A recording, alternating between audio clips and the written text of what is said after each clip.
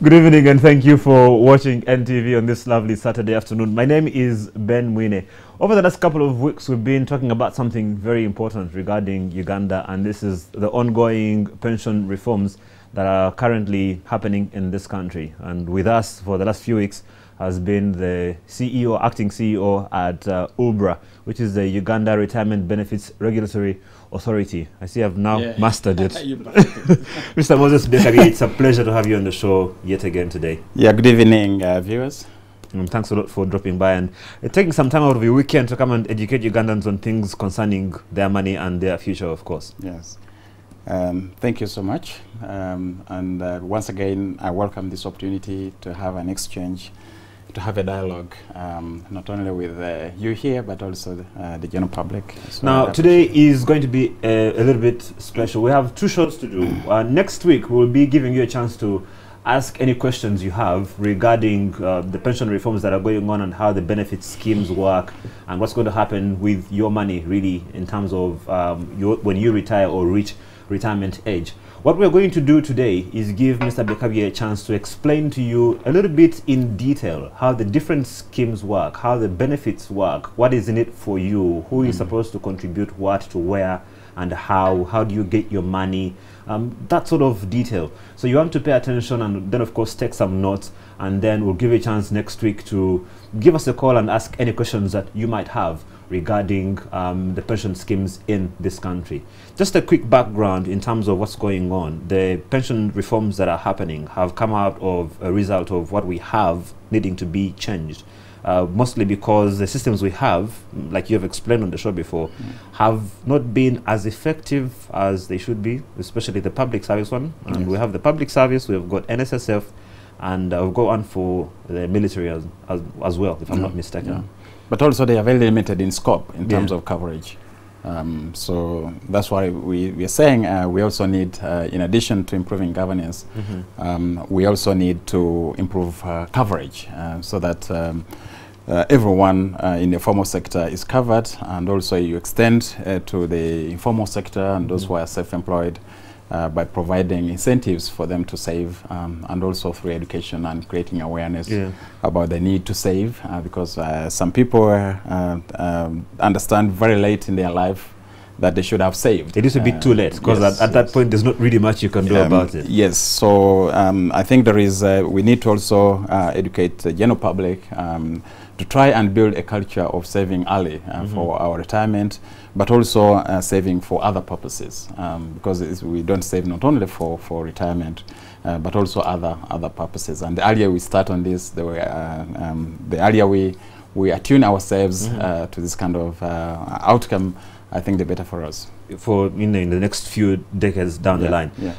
One big question, of course, that we must start with, Mr. Bekabye, is just how important is it for a country to have a very effective and healthy pension service scheme? How much of a big deal is it? I think that's a very good question, because the pension scheme, or pension belonging to a pension scheme, is within the broader context of building a country's social protection system. Social protection system is aimed at ensuring that the citizens of the country have a quality of living that is acceptable. In the case of those who retire, to ensure that they don't suffer in abject poverty when they are old. So it also aimed at addressing old age poverty.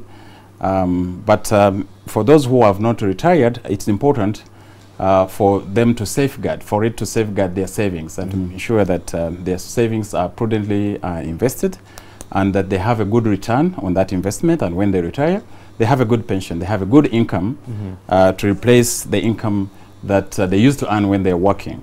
Because whether you like it or not, at some point, you are going to stop working. It's almost non-negotiable, really. We have to stop working. We get old. You know, you turn 60, you turn 70, you turn 55, and the energy you had when you're 35 or 40 is not the same energy.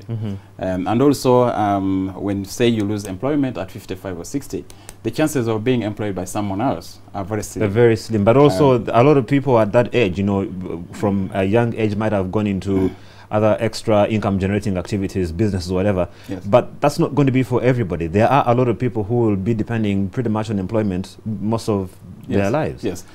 Yes, there are people who are going to depend on employment, both in the formal sector and in the informal sector. For those in the informal sector, we're also trying to say that they should also start saving. Right now, I think what is important for us and for government is to educate these people, to create awareness and sensitization, including those people who are not employed by anyone else, who are self-employed, to understand the need for saving early and for saving for when they get a little old. Because when you are old and say you reach the age of 60, studies show that you have a chance of living another 20 to 25 years once you reach the age of 50. In fact, much of the risks when you are below 60. Once you clock 60, there is a very good chance, or 55 thereabout, of living 70 or 80 years or even 90 years. So during that time, you need to have accumulated savings, which can help you sustain you to meet the basic needs of your life as you live, as you age.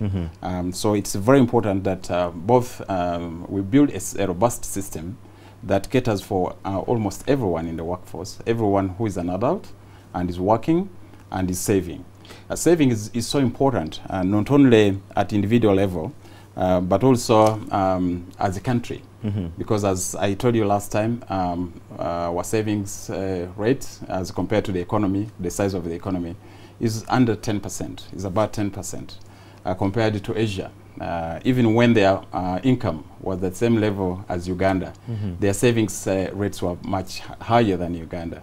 They were in the region of 30, 35, 45%. So we also need to accumulate savings in the country, and those savings can be used to grow the economy, to increase productivity, to improve the performance of our domestic companies, which then can create the jobs that we need in order to build our socio-economic system, protection system that's good for everyone. Now, of course, in Uganda, as you probably are very well aware, we don't have the best saving culture in the world, do we?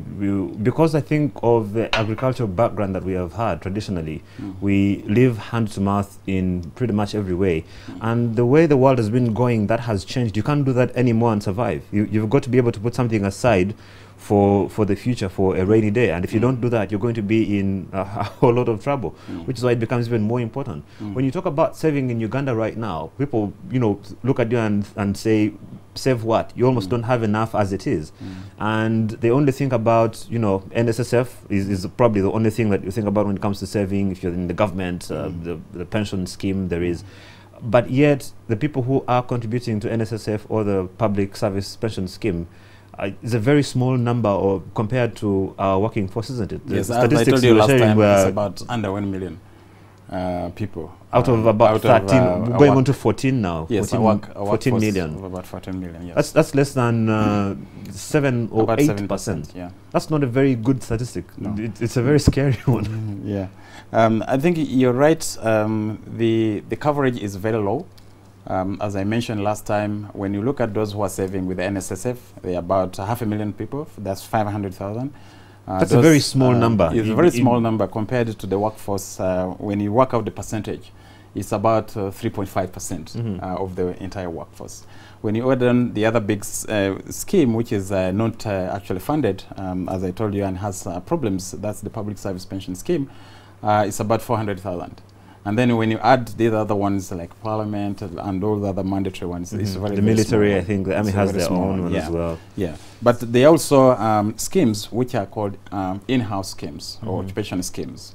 And those also cover certain employees in the corporate sector. A few of the companies will have their own in-house schemes. But they are the same people who actually contribute to the NSSF and probably also are contributing to the public service. So in terms of the percentage, it doesn't really change that much. It stays about the same number of people. And what we are trying to do in trying to increase coverage, first of all, in the public sector and also in the private sector, those who are employed in the formal sector, is to reduce the threshold of contributing, say, to the NSSF so that everyone in the formal sector is covered. And also those in government and also private sector are covered, and also extended to those who are self-employed and also in the informal sector. Once we actually remove that threshold, immediately the coverage will jump from 7% or under 7% to about 21%.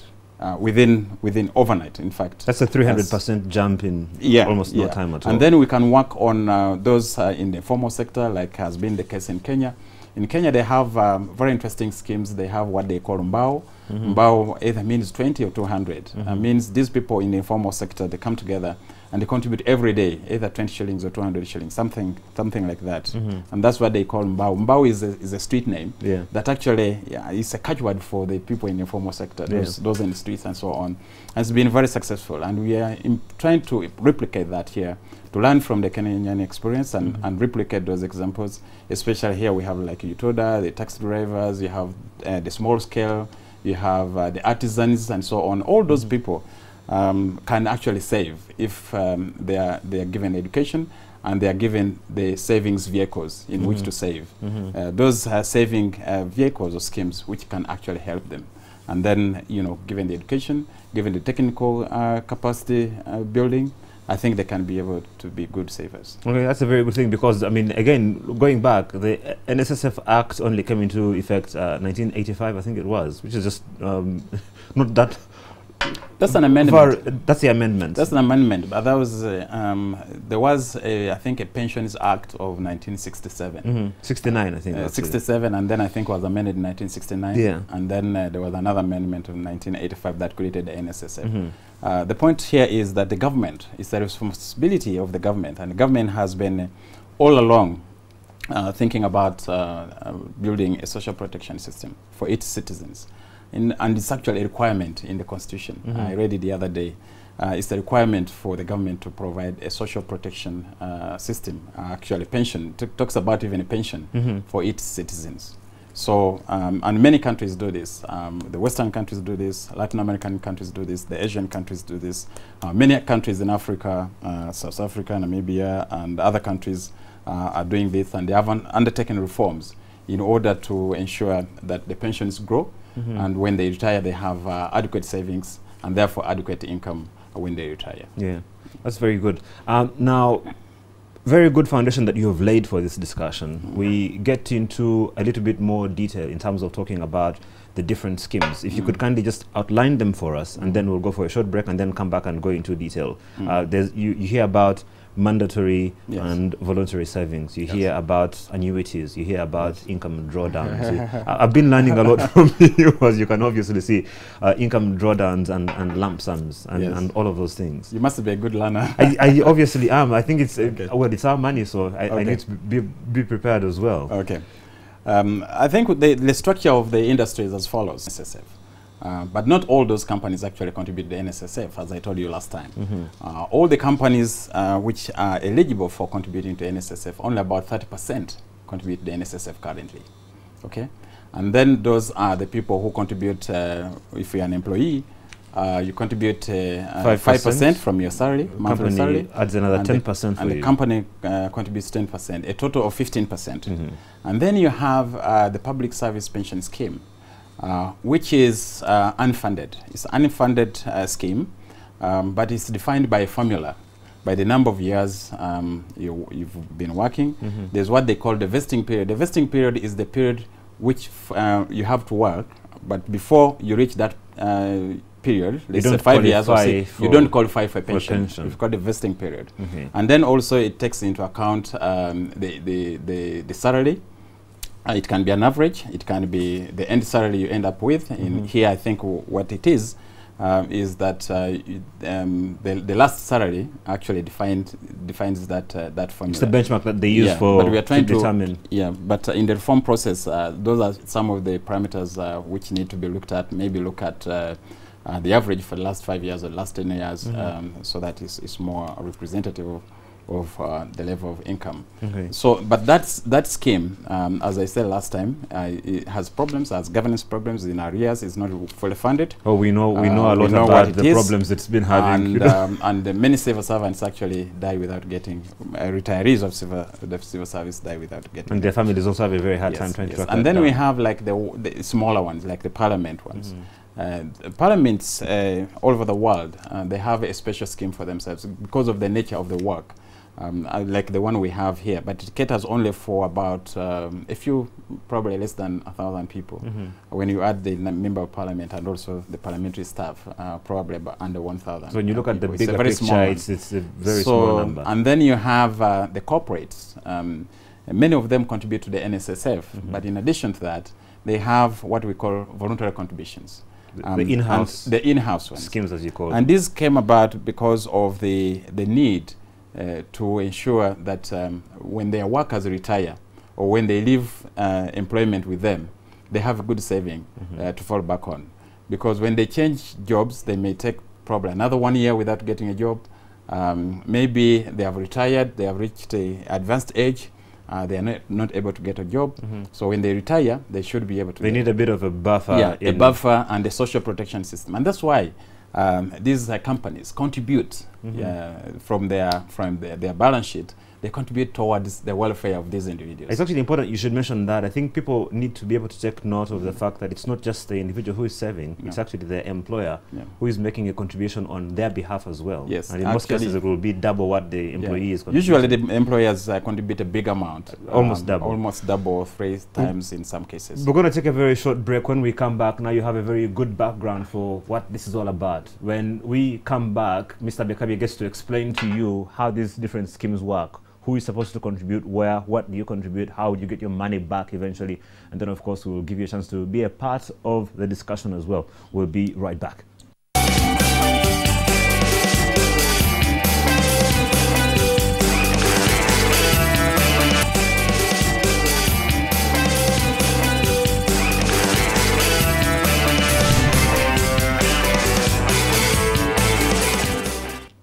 Welcome back. Thank you for watching NTV. My name is Ben Mwine. I'm with Mr. Moses Bekabi, the interim CEO at Urbra. I'm trying to explain and learn about how pension works and what it's going to be like for Uganda, especially now that we are undergoing some reforms in the pension sector. Just before we went into the break, we were talking about the different schemes that there are. I'd like to turn right now to the issue of mandatory versus voluntary contributions. Yes. Now, of course, common sense would dictate that it should be something voluntary for just about everybody, but we still happen to have mandatory contributions and voluntary contributions. Yes. What are mandatory contributions? Who must make these contributions, and what are voluntary contributions? Okay. Mandatory contributions, let me first define what mandatory is. Mandatory are those contributions which are made by workers through an act of parliament. It's by law. By law. It's by law, and it's mandatory. Means that it has to be enforced by force of law for people to contribute. So it means that in the case of the public service pension scheme, all government employees, subject to issues of vesting period and so on, they must contribute, they must have or agree to this scheme. It's a universal scheme for all civil servants, and it's mandatory. It's non-optional. It's non-optional. Yeah. The other one that is non-optional is for companies employing 5 and above, as I mentioned. And then you have those who contribute out of their free choice. And those are the corporates which decide to contribute on behalf of the employees to improve the welfare of the employees, and they have different reasons why they do so. Some of them do so because they want to have money to lend, for their employers to take as loans. Others want to have enough savings so they can secure loans. Others, they use it as to improve the competitiveness of the employment environment. That's for human resource reasons. And there are very many reasons why schemes or the corporate sector actually saves on voluntary basis on behalf of their employees. And these have been protected in the law. Before, they were doing it outside the law and without any regulation, without any policy, without any legal framework. And that meant that whatever they contributed, some of it wasn't well governed, and some of it, or majority of those funds, were being invested outside, because domestically there was no policy, there was no legal framework, and so on. So it was disorganized. It has been a disorganized market. But what the reform is bringing about is that these pools of funds will be organized and actually traded. Trading meaning that they can be lent to government, they can be lent to the corporate world in terms of improving investment in the country, and also they can be invested in other asset classes which enhance the productivity of the country. In other words, increasing production in the country, just like other countries have been doing in Europe and in America. So these schemes you know, have been you know, operating without regulation, guidance, and without guidance. Yeah. And the sector, you know, these reforms are aimed at not only protecting these savings, but also organizing the sector. Okay. Yeah. You mentioned only about 30% of the companies that actually employ 5 people or more currently contributing to NSSF. Yeah, and that's mandatorily. Yes. Yeah. So what is coming now, and what is going to be mandatory, is everyone in the formal sector will now start contributing mandatorily, meaning by law required to contribute, and also the employers to contribute on their behalf.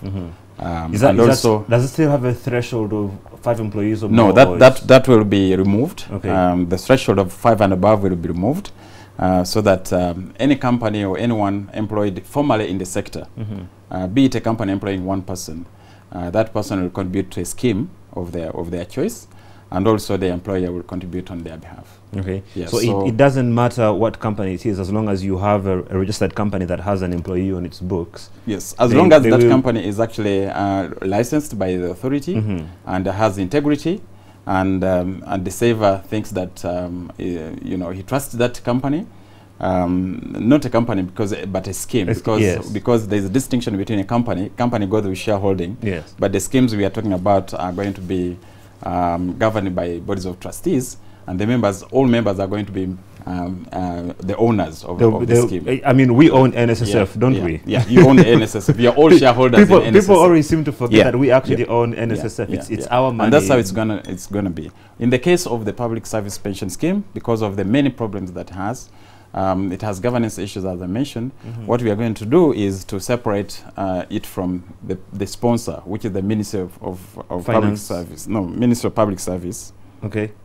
It is within Ministry of Public Service, and create a separate fund, which will be run independently from which will be like the Public Service Pension Fund. It could have another name, but it's going to be a separate fund run professionally.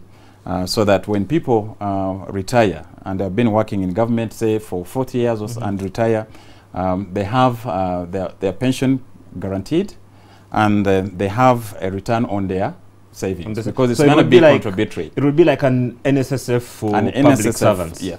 So I mean, the way the fund would be run would pretty much be like how we see NSSF being run. That's right. But however, in the interim period, it's going to be a hybrid. A hybrid meaning it will have a contributory component where government pays the money, and also money is deducted from the employee's salary, but also a component which is defined by the formula that I mentioned before, which the technical word is a defined benefit, but it has to be fully funded so that when people retire, you know, their pension is available and they can access it immediately. Something I wanted you to shed on some light on at this point. A lot of people don't seem to understand that by not contributing to a pension scheme at this point, it's actually them losing. So if I'm employed in a company and it's not contributing, say, to NSSF at the moment, it's actually me losing. So if I know I'm employed by a company, it's my responsibility to make sure that my company is making a contribution on my behalf. Because if it's not, I'm losing a massive 10%. that the company should be contributing on my behalf Yes. that I'm not getting right now. Yes. Actually, I attended one of the workshop, to explain these things. And I told them, look, by you not contributing, you're losing. By belonging to a scheme, let's say you're deducting only 5% from your salary, but the sponsor or the employer pays 10%. 10%, double what you put in. Double what. So when you add what is remaining on your salary and what you contributed and what the employer has contributed, you actually have 5 more than what your salary would have been if you were not contributing. Because a lot of people, here's the thing, Mr. Bekabi, a lot of people, and I've had this from myself, from 1 or 2 people, they will say, I'm not interested in NSSF because that means I'm going to lose 5% of my salary. No. Actually, they're just these are their savings. Yeah, because it's actually your money. You're not losing the money. You're putting it away. You're saving. But on top of that, the company is actually putting some more money for you as well. Yes, for you, because the company, for instance, those who contribute to the NSSF, the company pays 10%. For you're paying 5%. So there is a net in terms of your net salary. There is a positive 5%. There's actually money on your salary that you don't know about if you're not contributing to NSSF. And that's not and that's the direct math. But when these funds are invested, because these funds are invested for a long term, and some of them have compounding interest. 11% NSSF was giving us, I think, last year. Let's say 11%, 11%. But some schemes in some countries, say Kenya, they have a net return of about 25%, 27%. Depending on how they're investing, because they use specialized fund managers who actually maximize the return. And some of these return about 27, 25, 23% on an annual basis. Just to put that into context for our viewers, Mr. Bekabi, right now, the most amount of money you can get from a commercial bank, if you saved with them and put your money on a fixed deposit account, I think the most I've seen is about 14%. No. I think actually the return on your money in a bank is about 3%. The 14% is when you have a fixed deposit. You get about, but even that 14% has small hidden things that you don't get to see in terms of what they will tax and everything like that. So in essence, you're putting money in a savings scheme, in a pension scheme, is actually for your own benefit, and many people are not seeing that, and they're losing out on what would be a very big buffer for them in the future. Yes.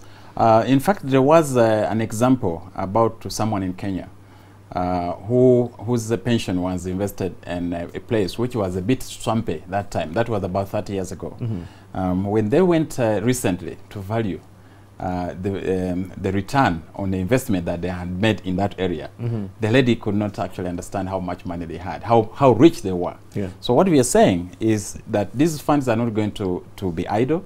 And that's why we are putting in a framework so that these funds can be invested in a prudent way, in a manner that is transparent, in a manner that maximizes return, and a manner that also addresses the risk, because investment is always risky. So we have to balance return and risk. But once these funds are invested long term, like they should be, because pension funds should be invested long term, and they have this compounding effect year after year. By the time you've invested for 35 years or 25 years, you have enough saving. There's usually a very healthy return as well on that, because it's a long time. If you look at real estate, for example, and where it was just 20 years ago and now. So that's why our primary objective now is to build a system that is robust, that can be trusted, where people have confidence and they have choice, so that they can manage their funds in a manner that is transparent in order to grow their savings. Choice, the word you mentioned. We take a very quick break. When we come back, we give you some of the choices available in terms of how you'll be able to get your money. But of course, many of you right now are not formally employed. You're not under a contract at a company or something. You work for your family business or your own business. Mr. Bekabi gets to explain how the involuntary contribution works, you in the informal sector, how you get to contribute. And of course, we talk about how you are able to get your money back, the different options available in terms of receiving these benefits when we come back after a very short break.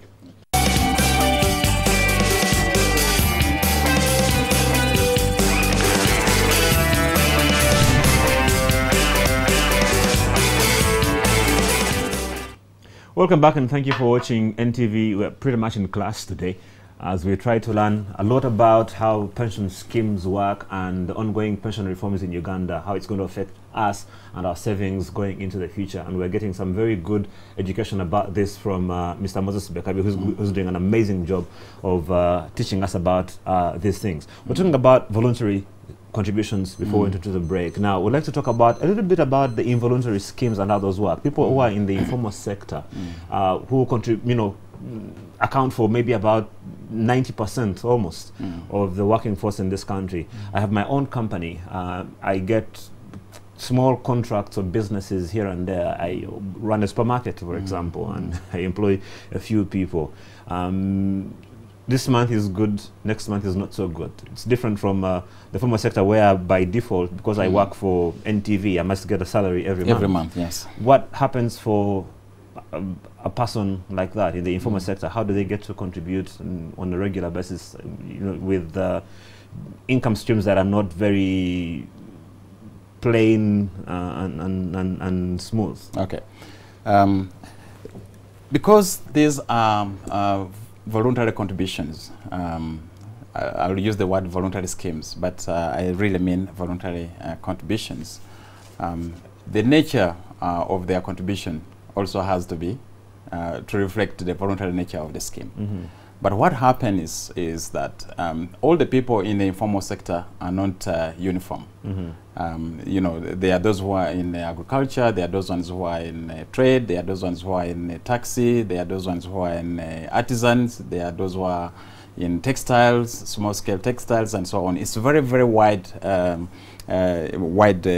spectrum of people, potential people who could be saving in the formal sector. But what happens is that in the case of the voluntary schemes, because of the need for them to have, they should have what we call scheme rules. Scheme rules is kind of like a document. You have like 100 people who want to belong to this scheme. They come together and they work out the rules on how to contribute, how much to contribute, and how to access their benefits. All that has to be agreed upon in a document, so that it's kind of like a company. But for you people, maybe 100, that's what binds you, like an association or a company or whatever. Every company or association has binding rules. Okay, and then those ones, for these kind of people you're saying, today they earn an income, tomorrow they may not earn an income. The kind of contribution or the scheme rules would reflect the nature of the businesses people are doing, so that it's convenient for them to contribute. For instance, if people are in the agriculture sector and there is a rainy season, a planting season, and harvesting season. Harvest is, yes. You may have to time it to the harvesting season, so that at harvesting time, people save a certain portion of what they have sold to the market to this scheme. And I think they can do it maybe twice or 3 or 4 times a year. But also, because this is voluntary, they may also have other sources of income, which may not be farming, because as you know, I may have a farm, but also have other small other activities, which bring in some income. And these rates, it's for mandatory, doesn't mean, for involuntary schemes, it doesn't say like you must contribute 5%, you must contribute to that.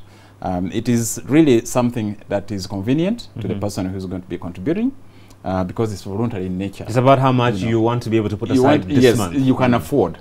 So it has to be worked around by affordability. It has to be afforded, and it has to be convenient to people who are saving. Also, in terms of benefits, we are saying in the law that they don't have to wait for 55 years or retirement or whatever to access their benefits. If their scheme rules, which are going to be in a document kind of like called a trust deed, within that document, if they say if you contribute for 2 years, then you can take away all your savings, that be it. That would it's work going as to well, be, so. it's going to be, we are very flexible in that. We are going to be very flexible. The law is going to be flexible. And all those, whatever is spelled in the rules, is what will abide. So someone can be able to save for 3 years and get their money back. Yes, or even five, or even whatever rules. Which is different from mandatory contributions, because mandatory contributions, they are very, very strict, and the way they are governed by the authority is going to be very different, because of the sort of investments that they are making. There is the eligibility age. Right now for the NSSF is 55 years. The early access is 50 years if you lose a job for 1 year. But for voluntary, anytime you want to access your benefits, as long as that has been agreed upon in the scheme rules, and that has been approved by the regulator as well, that will be the governing document. It's important to underline the issue of scheme rules, because if there is something that is not working well, then this person, has a great recourse to the courts or to the regulator to say, well, I'm saving like this, and then there's this and that. Then the document that the regulator will look at first is the scheme document. Because it will be very clear, the so rules that have been set up for that. So it has to spell out, how these funds are going to be accessed. If there is a variation out of that and there's a dispute, then you go back to the rules and say, what were the rules? And then the regulator can be able to iron out such issues. So it's important that there's a constitution, kind of like a constitution for each scheme that binds the scheme. Oh, very important. I hope you're taking note. Of course, remember, we will be back next week as well to do mostly a Q&A session with Mr. Bekabie. So whatever questions you have about pension schemes and what's going to happen, we hope you've been taking notes. And please do join us next week as well, just to get your questions answered, whatever questions you might have regarding these issues. Now, we're talking about retrieving our benefits or receiving our benefits in this regard. And you've talked about the voluntary schemes and how those work. Now, the three things I've been hearing a lot that you've talked about is lump sums. I've had annuities, and I've heard about income drawdowns. If you'd kindly take us through those. What's the difference between? I know lump sum is about getting all your money at once. What's the difference between that and annuities and income drawdowns, and what are the benefits accruing, to each and every single one of them, as opposed to any issues that might arise from all three? Okay, let me start from what we have currently. What we've said before, and that's what is in the bill that is before Parliament, is that whoever will have been found contributing to a scheme under a certain arrangement, when this becomes a law, in terms of voluntary or involuntary mandatory schemes, people will be able to access their benefits based on those arrangements, those pre-existing arrangements. So if I'm getting you correctly, in other words, that means that anyone who's probably watching us right now and is working, chances are they will stay under the terms that they had with NSSF, whatever pension scheme they had in their company. That's correct. However, the law will also provide other options, and the other options are what you mentioned: the annuities, the income drawdown, and also there is what we call programmed withdrawals, in addition to the lump sum. The lump sum is the most popular. Yeah, because I want all my money. I want my money now. I want my money. Because I want to go and invest in a building or whatever. But as I mentioned before, lump sums are being allowed is one of the options in the bill. We've been saying that in the proposal in the bill is to have a third after when this becomes law. When it becomes law. So for the people that join after, we are proposing a third. However, there has been a lot of debate on this issue, on whether it should be a lump sum or people should be forced to take annuities and all these other options. A lump sum is where they pay you, like the NSSF. You get all your money. Fund. You get your money at once. You go and buy a good car, and the next time, or marry. Some people like to marry. I'm sorry, Mr. Bekabie, but I think there's something you've got to point out here, and you need to help our viewers understand that because you've been saving this money for all this time, it's not necessarily a wise thing to take all of it in a lump sum and buy a brand new Land Cruiser, is it? Because it's you can crash not really what the money was meant for, was it? No, it wasn't meant for that, because this money is meant for addressing old age poverty. Old age poverty is when you cannot work anymore, you cannot get regular income from your workplace. You've retired, you don't have any other source of income. this provides a replacement income. You call it a replacement income from when, when you are retired, income that you are receiving when you are working, when you retire, this is kind of like becomes your income. To help you maintain a reasonable standard of living from before. Yes, and that's the other option, which are annuities. Annuity is a product. Before you move on to annuities, I need to ask about this lump sum thing. Is there anything in the new bill that we are proposing that caters for, let's call it counseling, for people who are reaching retirement age? Because you have a very big possibility of people getting to 55 and a person wants to come and get his money, and because he's entitled to his money, he gets his money. All the money. And without having planned properly for it or being counseled on how to use it. I mean, it's not a bad thing to go and start a business that is going to give you income on a regular basis after you turn 55 or 60. But if you haven't been prepared for that, it's going to cause more problems than not, won't it? Is there any provision in this bill, in this law that we are proposing, that helps people prepare themselves for retirement? Because if they don't, they'll get this money, and then in a year and a half, they've maintained the same lifestyle they had before when they were civil servants with government cars and fuel and all these things. And then they're broke, and then what? And then there's trouble. Yeah, actually you're right. But what you're talking about is already covered in what we call the Urbra Act, the act that created the regulator. That's what was passed in 2011. Yes, that was passed by Parliament in 2011, and it became effective in September 2011. That law has provisions which talks about education, creating awareness, financial literacy, so that people are educated on these products, so that they understand, first of all, the need to save for retirement, but also how to benefit from their savings. And all that exercise is ongoing. We are working out a communication strategy. We've started, you see us here trying to educate the general public, and this is going to continue so that people make informed choices of how they should access their benefits. I just wanted to explain the annuity is a product. You purchase a product with the insurance company, which company would then give you and kind of like an income every month until you die. Okay, and then we have another product which is called income drawdown. Income drawdown is like you don't get your money like in a lump sum, but you allow the scheme to actually invest this money, because remember, this money is not locked up in a safe. This money is invested. It's working. It's working.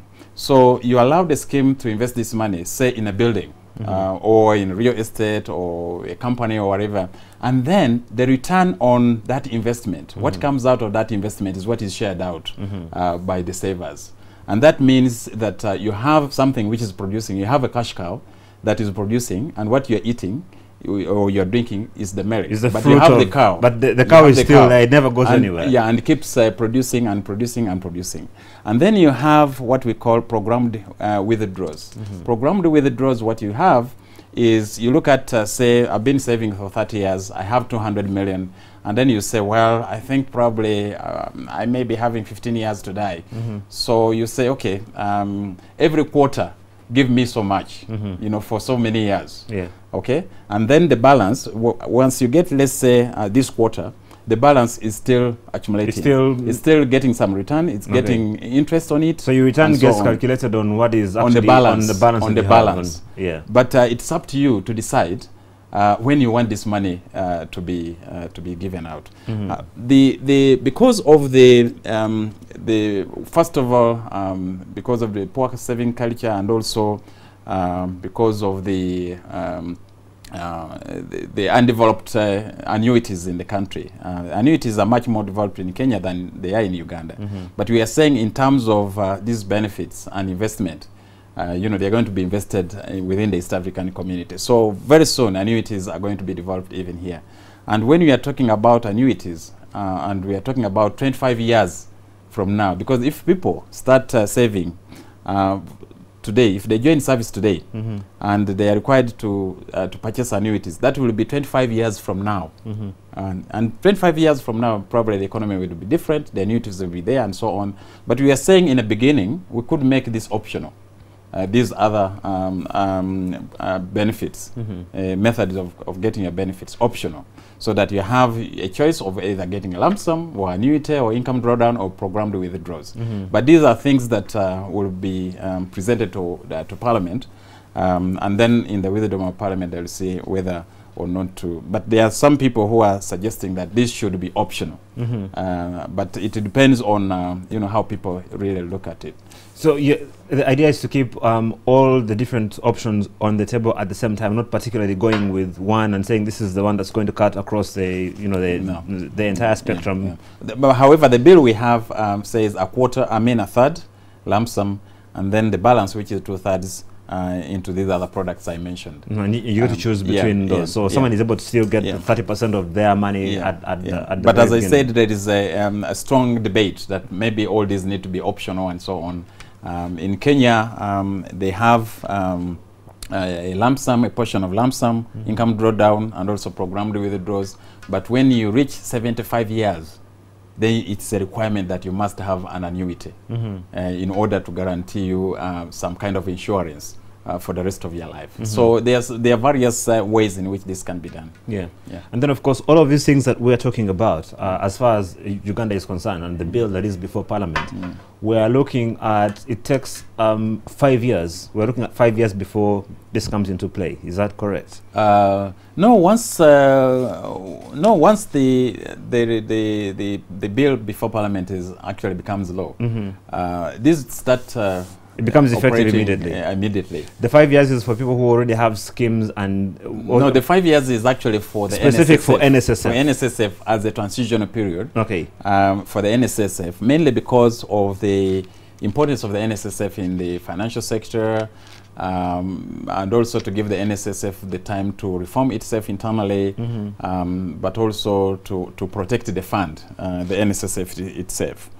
So that it can compete favorably in a new liberalized environment.